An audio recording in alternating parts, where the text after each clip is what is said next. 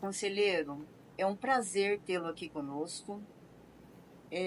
Na verdade, é uma honra para a AMAN acolhê-lo e recebê-lo nessa tarde, porque o senhor é o primeiro conselheiro que vai integrar o Conselho Nacional de Justiça que tenha, né, originado aqui do estado de Mato Grosso. Então, o senhor pode imaginar o contentamento que é recebê-lo nessa tarde. E a gente tem uma satisfação imensa em estar na sua posse, em participar, porque o senhor está fazendo história, né, no Estado. Eu não vou dizer na advocacia nem na magistratura, mas pro Estado de Mato Grosso. E eu que conheço a trajetória, fico mais feliz ainda, né, de como isso foi construído, dos seus valores, do seu compromisso com o judiciário, com a magistratura. Quando eu falo judiciário e magistratura, é que eu não vejo judiciário e magistratura sem advocacia, né? O judiciário é um sistema, e um sistema é algo que necessita de muitas pessoas para rodar, para funcionar, para avançar e para ter bons resultados. Então, nessa tarde, nós recebemos o senhor aqui e nós fizemos uma enquete, tanto interna, nos grupos de associados, e também nós fizemos uma enquete nas redes sociais. E nós, divulgando, né, a sua nomeação, nós perguntamos para a população e para os associados o que eles gostariam de ouvir, né, o que seria de interesse da nossa comunidade jurídica, ouvir do senhor, que agora toma posse no dia 11. É isso, né? Dia 11? Dia 11. Bom, inicialmente, presidente, quero agradecer o convite, dizer que a honra é minha, né, de estar aqui na Associação dos Magistrados, dizer que realmente estar nesta posição e ter sido indicado pela advocacia a representá-la no Conselho Nacional de Justiça é motivo de muito orgulho e de muita honra, mas também motivo de muita responsabilidade. Muita responsabilidade porque sabemos que o Conselho ele delibera e ele toma frente de decisões importantíssimas para o sistema de justiça como um todo. Você foi muito feliz ao dizer que é um sistema que é composto por diversas carreiras, por diversas pessoas, e tudo que o Conselho faz, desde a decisão mais simples até a mais complexa, interfere nesse mecanismo, interfere no dia a dia da população que se socorre do Poder Judiciário para a distribuição de justiça. Então, mais uma vez, quero agradecer a todos os magistrados de Mato Grosso que se interessaram, mandaram perguntas, né, e quero ouvir um pouquinho do que a gente pode fazer, o que a gente pode contribuir, né, com o nosso judiciário, não só de Mato Grosso, mas do Brasil inteiro, espero que assim seja, né, para que nós tenhamos, então, aí um mandato que seja coletivo, com a advocacia, com a magistratura, com o Ministério Público, né, e possamos chegar ao final com a certeza do dever cumprido, né? Não é uma tarefa fácil, por isso que poucos, como o senhor, conseguem chegar nesse ponto da carreira, né? Então, conselheiro, a nossa pergunta aqui que chega é que, vendo essa sua trajetória no TRE e como procurador-geral do AB, como o senhor enxerga o papel do Conselho Nacional de Justiça na modernização e na eficiência do sistema judiciário brasileiro? O Conselho Nacional de Justiça é um órgão jovem, né, criado através da emenda constitucional 45. Nós temos 20 anos de Conselho. Havia uma expectativa muito grande, na verdade até mesmo uma cobrança para se ter uma espécie de controle, tanto dos atos administrativos e correcionais da magistratura, quanto do Ministério Público. Então o legislador, constituinte derivado, criou esses dois conselhos. E o Conselho Nacional de Justiça, ao meu ver, ele vem se reafirmando de tempos em tempos, sem desconsiderar eventuais falhas, porque isso é natural do ser humano, mas ele vem se reafirmando como um órgão importante né, na modernização do Poder Judiciário, da disseminação de boas práticas ao Poder Judiciário, de práticas inclusivas, também num ponto que ninguém gosta de fazê-lo, mas é preciso que se faça, que é no campo disciplinar, né? Então, o Conselho também atuando no campo disciplinar tem tomado decisões e cumprido um papel absolutamente importante. Então, ir para o Conselho Nacional de Justiça, exatamente neste momento, e tendo passado pelo Poder Judiciário, quando fui membro do Tribunal Regional Eleitoral, e também tendo tido a oportunidade de ter sido procurador-geral da OAB Nacional, né, creio que eu possa levar àquele conselho algumas experiências que tive como advogado e num breve período, evidentemente, mas foi uma experiência muito rica como magistrado ali na Justiça Eleitoral. Né? De modo que, entendendo a importância do Conselho e do impacto das suas decisões, o objetivo é fazer um mandato do diálogo.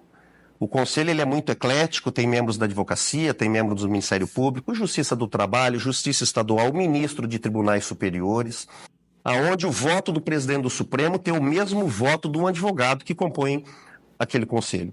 E pelo impacto das suas decisões, que são decisões que elas refletem no Poder Judiciário, no âmbito nacional, né, eu compreendo que as decisões ali proferidas, elas precisam ser muito bem maturadas, com diálogo, ouvindo as associações, ouvindo a advocacia.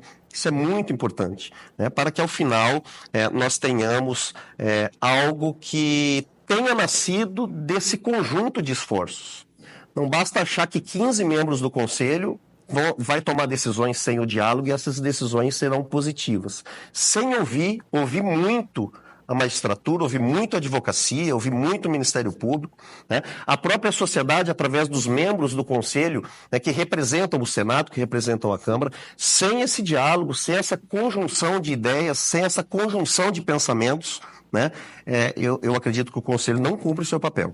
Mas, diferente, fazendo isso através do diálogo, através da construção, ouvindo, né, todos esses atores, eu acho que o Conselho tem sim a só avançar e a continuar cumprindo seu papel. Conselheiro, sua fala nos deixa assim muito felizes, né, com a sua visão e sua proposta. O que eu gosto muito, e eu concordo com o senhor quando a questão da parte da correcional, né, a parte do conselho em aplicar as penalidades é algo necessário. Mas o que eu acho admirável, e eu vejo isso como um caminho sem volta para nós que trabalhamos na área jurídica, é esse envolvimento do profissional com a sociedade, mas no trabalho social, no, no exercício de um trabalho social. Eu acho que isso é uma obrigação nossa. Nós, na posição que nós ocupamos, nós temos obrigação de nos envolvermos com trabalhos sociais da nossa comunidade. E eu olho para o CNJ e tenho uma admiração por esse cuidado que o Conselho Nacional de Justiça tem com esse aspecto também da magistratura, né, com a população. E o senhor sabe que nós temos um programa que se chama Pai Presente. Esse programa ele é muito antigo na magistratura. Se eu não estou equivocada, foi um trabalho do desembargador Orlando Perry. E para nós ele já é um programa, e o senhor sabe que ele chegou até o CNJ e foi adotado, né, esse programa, que é aquele mutirão que a gente faz no, por ano, né, um mutirão que a gente faz anual, onde a população que busca, que tem anseio em descobrir, né, em conseguir a paternidade ou a maternidade de alguma criança, tem acesso gratuito a isso. Então, nós temos histórias maravilhosas de pessoas que buscavam sua origem, que queriam, né, ter o nome do pai ou da mãe em seu registro de nascimento. Isso, durante décadas, não foi possível. Então, falando nesse lado do nosso trabalho, tem uma pergunta aqui que nos enviaram sobre as metas do Judiciário agora para o ano de 2025. Essas metas, como o senhor considera, qual o desafio? Nós temos metas antigas desde o início, obviamente, mas temos as novas que agora nós temos que nos envolver com a parte de tecnologia, o avanço em relação também ao direito ambiental, a utilização de inteligência artificial. Como que o senhor vê as metas, e o senhor tem pessoalmente algum projeto em relação a alguma delas? Eu vejo que em âmbito geral, não só local, mas também nacional, e também no âmbito da própria sociedade, o Poder Judiciário é muito cobrado, o magistrado é muito cobrado. Porque quem procura o Poder Judiciário... Por isso que teve essa pergunta, né, conselheiro? Porque isso é o nosso dia a dia, né? Meta é o nosso dia a dia. Então, a advocacia cobra o Poder Judiciário porque ela é cobrada do seu cliente. Né? O cliente do advogado, que é o cidadão, que é quem está na ponta, ele o cobra para que haja uma decisão e, obviamente, o advogado, através da sua instituição, cobra o Poder Judiciário, né? E que cobram o magistrado, né? De modo que há sim, e isso é perceptível, né? Um ambiente de muita cobrança, né? E o Conselho Nacional de Justiça acaba transformando isso em algumas metas, né? Onde aquele magistrado, aquele tribunal que atinge essas metas, ele é apontado e ele recebe uma premiação como uma forma de retribuir a todo aquele esforço, né, a todo aquele empenho para entregar uma boa prestação jurisdicional. Não há dúvida que que esse é um desafio histórico e esse desafio ainda vai continuar sendo como prioritário, né, é diminuir o estoque e o acervo de processos no Poder Judiciário. O Poder Judiciário brasileiro é o Poder Judiciário que existe o maior número de processos em todo o mundo. Então, a carga de trabalho dos magistrados é uma carga de trabalho bastante intensa, né? Então, ele precisa ter estrutura, né? Ele precisa ter saúde mental, ele precisa ter saúde física, ele precisa ter tranquilidade, é preciso que as suas prerrogativas sejam respeitadas. Isso é um aspecto muito importante. Estou indo ao Conselho Nacional de Justiça para velar, sim, pelas prerrogativas da advocacia, que é quem lá me indicou para representá-la. Só que não faz sentido defender as prerrogativas da advocacia e se esquecer das prerrogativas dos magistrados. Porque uma magistratura que não seja forte, ela vai atingir negativamente a advocacia. Então, é uma engrenagem que ela só funciona, né, se tudo estiver absolutamente alinhado. Então, esta meta, que é uma meta histórica, né, vamos dizer assim, que é diminuir o acervo de processo, ela me parece prioritária, porque você conseguindo diminuir o acervo de processo, o magistrado tem absolutas condições de se envolver em outros projetos.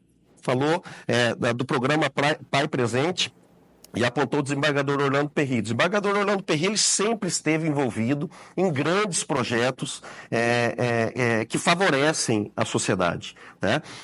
Agora, nós temos ele à frente do GMF, vem fazendo um trabalho brilhante. Evidentemente, existem outros magistrados, né, e também outros servidores também do Poder Executivo junto com ele, que fazem com que isso seja possível, mas hoje nós temos uma situação de referência no sistema prisional em Mato Grosso, mostrando para o país o que nós podemos produzir de bom. Tanto né? é que nós tivemos a visita aqui, né, do conselheiro no ano passado, esteve na unidade prisional. Sim. E foi motivo de apontamentos positivos do trabalho que o foi feito, né? vem realizando a liderança do desembargador. A ministra Rosa, enquanto presidente do Supremo Tribunal Federal e do CNJ, esteve aqui, ficou impressionada. É bom que se diga, ainda há muita coisa a se avançar.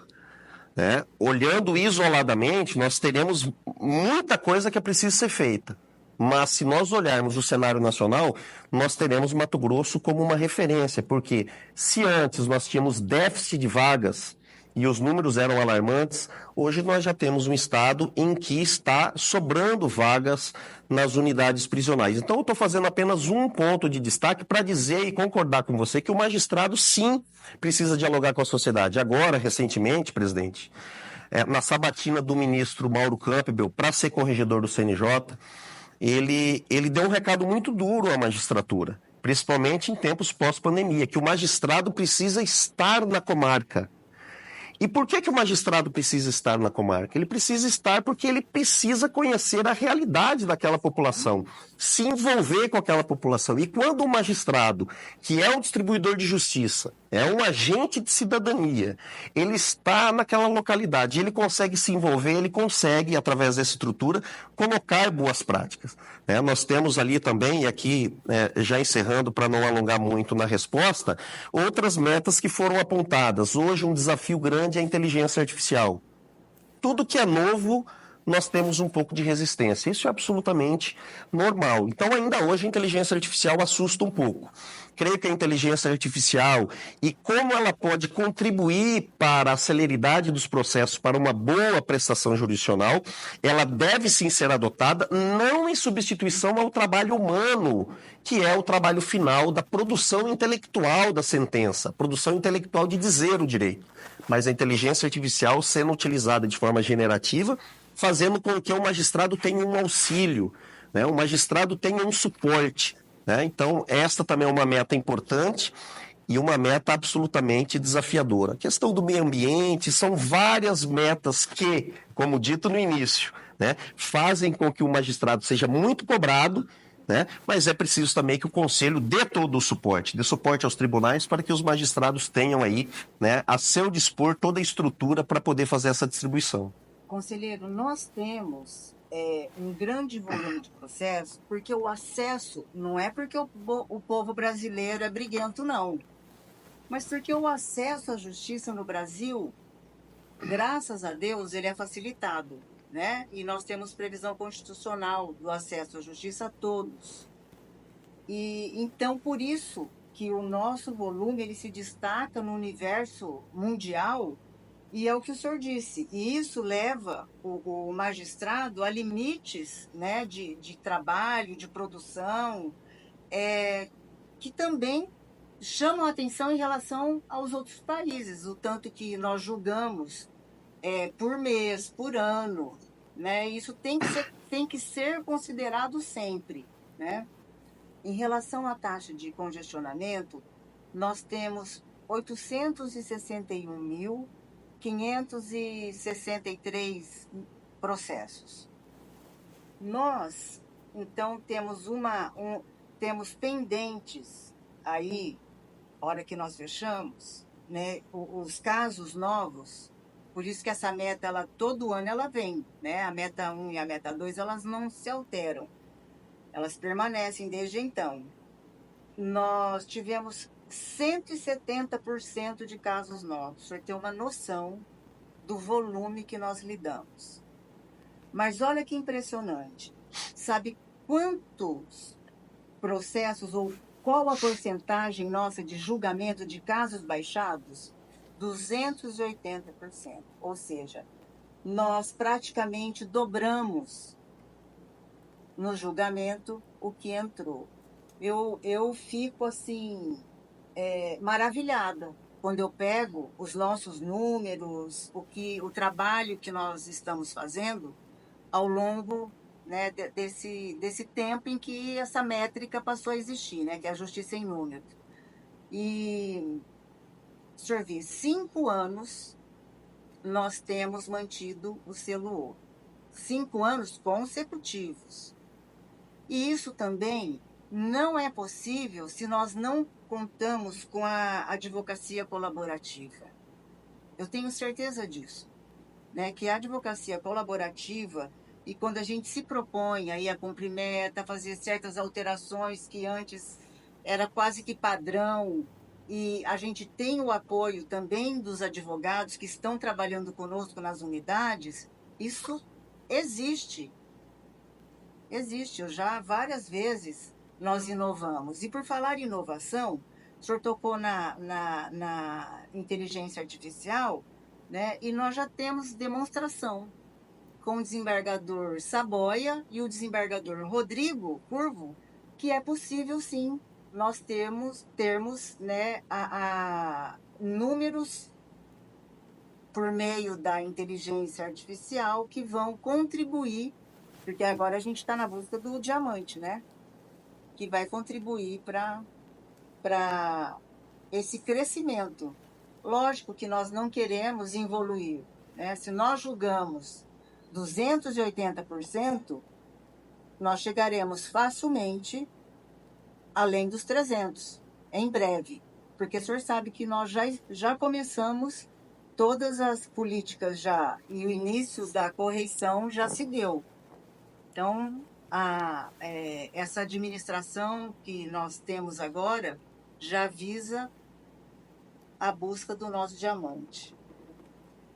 Conselheiro, e nós temos no CNJ essa diversidade que nós falamos no início, né? A composição dele. Há algum eixo que o senhor vai priorizar no seu mandato? Bem, eu tenho dito que nós que estamos entrando no Conselho, né, vamos participar de algumas comissões em que há o espaço para participarmos. Confesso que ainda não sei em qual comissão eu participarei. Mas onde estiver, eu vou dar o meu máximo. E com o passar do tempo, no Conselho, né, já ultrapassada aquela barreira do ingresso recente, é natural que o Conselho vá se renovando e os espaços, principalmente em eixos de atuação, eles vão surgindo. É a oportunidade, então, né, que aqueles que entraram no Conselho Nacional de Justiça têm de ir para o lugar em que gosta de atuar. Então, no início eu vou trabalhar com todo empenho, onde houver espaço para que eu consiga trabalhar e fazer um bom trabalho, isso a gente ainda vai identificar, e posteriormente onde eu gosto de trabalhar, né? Que é trabalhar em áreas especialmente afetas ao sistema prisional. Eu sou um advogado criminalista, né, presidente? Então, eu há 20 anos é o que eu faço, e acho que nós temos muito a avançar, e Mato Grosso tem muito a mostrar para o Brasil, o que ele fez, e é possível expandir.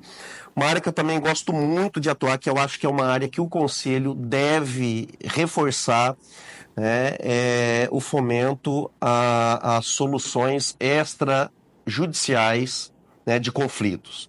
A conciliação, a mediação, a arbitragem, porque sem se fomentar, né, esta forma alternativa, que deve ser a principal, né, a ideia é que essas formas devem ser a principal de solução de conflitos. Essa taxa de congestionamento que falávamos agora há pouco, né, ela não vai diminuir. Nós faremos com que os magistrados produzam cada vez mais, mas os processos aumentarão também. Nós estaremos enxugando gelo, né? Então, nós temos que utilizar de uma maneira a contribuir com isso a inteligência artificial, a solução alternativa de conflitos, que é um eixo que eu tenho muito interesse, né, de atuar no Conselho. Então, respondendo a sua pergunta, com esse também como um eixo de preferência de atuação, né? Mas também fazendo uma ressalva importantíssima. Nós temos que olhar o judiciário em números, mas sempre lembrar que atrás de cada um desses números existem pessoas. Então nós não podemos afastar, nós não podemos sacrificar em nome de um maior julgamento de processos algumas garantias. Como tenho defendido, que há necessidade de se respeitar sempre o direito à sustentação oral, isso não pode ser mitigado, sustentação oral síncrona, né? O atendimento do magistrado ao advogado. Então, são pilares que não podem ser afastados. Nós precisamos criar alternativas sem sacrificar, né, alguns direitos que nós conquistamos e que são muito importantes, né, absolutamente importantes no exercício da advocacia. A experiência que tenho, né, é que esse contato do magistrado com o advogado, a sustentação oral, isso contribui muito com a distribuição, né, de justiça. Então, vou lá para, né, como diz, trabalhar ao máximo, contar com o apoio da advocacia mato-grossense, com a Advocacia Nacional, com os magistrados de Mato Grosso, que tem muito a nos apresentar. Você falou do desembargador Saboia, tem dado palestras no Brasil inteiro sobre inteligência artificial. No Paraná. Ele tem estado no Brasil inteiro. Referência, né, conselheiro?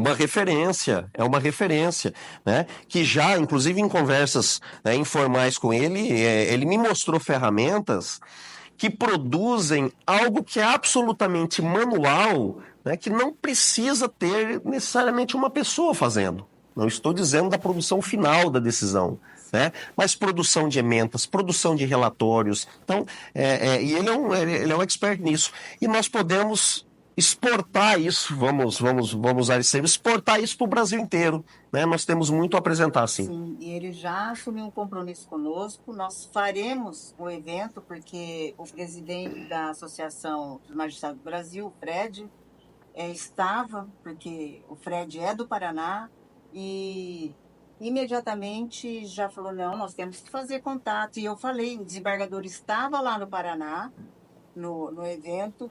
Eu falei, desembargador, vamos repetir um evento aqui. Ele falou, estou pronto. Então, nós já temos aqui essa programação do congresso, de um encontro, um seminário, né? O formato ainda nós vamos definir, mas para tratar da inovação no Poder Judiciário.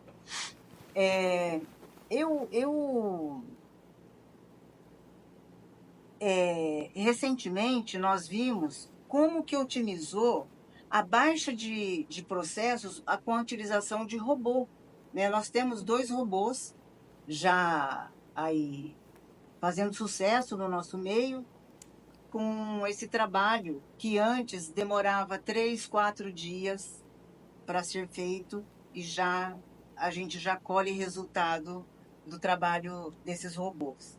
Sobre a utilização ainda, né, da inteligência artificial, eu vi uma reportagem de um levantamento que foi feito, que 30% do que chega no judiciário hoje já foi identificado como demanda predatória. Judicial, com a utilização generativa dela, nós conseguiremos dar esse espaço, né, para que possamos trabalhar melhor, desenvolver outros projetos, outros programas, como o senhor disse. Olha, nós temos aí a mediação, né? Nós temos as conciliações, e temos também um trabalho, um projeto nosso aqui, da EMAN, né? O Dr. Tiago Abreu é o diretor da EMAN, de fazermos formação para mediação na comunidade. Então, é um trabalho inovador da Valéria Lagrasta. Ela defendeu a tese de mestrado dela, um livro maravilhoso, que é a mediação dialogal. Então, nós vamos sair desse formato que já deu certo, a gente sabe, já colhe resultado na conciliação e na mediação, e vamos para a fase, como o senhor disse, ainda antes da judicialização, na pré-processual, né? Ou até antes da pré-processual.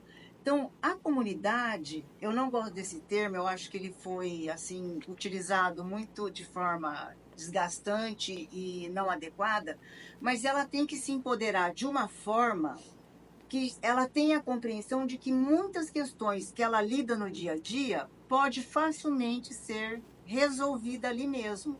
Então, a EMAN tem esse compromisso de trazer esse curso, e nós vamos começar a formar esses mediadores comunitários. Agora, eu acho que a gente já parte aqui para a finalização do nosso bate-papo. Senhor, inclusive, o senhor está estreando um quadro nosso aqui, que chama AMAN Justiça em Debate.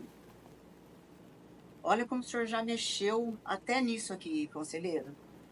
Eu acho que essa pergunta aqui, ou foi algum vice-presidente da AMAN, ou é o Conselho Administrativo que enviou, tá? Como o senhor enxerga a importância da AMAN no cenário atual do Judiciário brasileiro e quais as contribuições que a nova diretoria pode oferecer para fortalecer o papel dos magistrados e o funcionamento eficaz do sistema de justiça? Bom, primeiramente, fico surpreso em saber que eu sou o primeiro, né, desse projeto muito legal. Quero parabenizar a AMAN na sua pessoa, a toda a diretoria. Esse tipo de diálogo ele só engrandece, né, essa troca, né, de experiências, esse formato de bate-papo e depois isso chegando, né, a todos os magistrados, mas também todos os operadores do direito que acabam se envolvendo, né, com isso. É um grande trabalho, né, um trabalho que engrandece não só a administração e os associados da AMAN, né, que são os magistrados, mas engrandece de uma maneira potencial todos os atores do sistema de justiça que passarão por aqui, que levarão o recado, né, para os seus eixos de atuação. Então, fico muito satisfeito e espero que na estreia, né, tenha sido satisfatório. A AMAN, Às vezes a gente é pé quente, né, eu conselheiro? espero que sim, eu espero que sim. A AMAN, ela desempenha um papel fundamental, não só a nível de Mato Grosso, que é onde estão seus representados, mas também o trabalho que eu tenho observado a nível nacional, através dos seus representantes que estão nas associações, né, nacionais, e o prestígio, né, que a Associação Mato Grossense dos Magistrados tem a nível nacional, e isso digo com conhecimento, né, de causa. Eu, como dirigente da OAB, e eu ocupei alguns cargos na administração da OAB local, como, por exemplo, fui secretário-geral adjunto, secretário-geral. Eu participei em inúmeras situações de projetos em conjunto com a associação, representando a OAB em conjunto com a Associação Mato Grossense, né, dos Magistrados, né? E projetos que sempre foram construídos e se resolveram na base do diálogo, né? Eu tenho absoluta certeza que sempre foi de interesse, não só da AMAN, mas também da UAB, da Associação do Ministério Público, fazer com que eventuais conflitos fossem resolvidos também na forma da conciliação, no diálogo, né? Através do consenso entre as partes. Porque nós sabemos que o magistrado, o advogado, o membro do Ministério Público, eles estão diariamente em um espaço de conflito, aonde há tensão, né? Aonde há posições antagônicas. Então, é natural do ser humano que, invariavelmente, haja algum agastamento, né, que precisa, sim, ser evitado. Mas quando isso acontece, é preciso que esses atores tenham muita sensibilidade para deixar que não aconteça, mas isso eventualmente acontecendo, né, tive a experiência aqui, é o que a AMAN, né, vem fazendo, junto com a UAB, resolver na base do diálogo. E, além disso, outros projetos que a AMAN tem feito e a AMAN produz.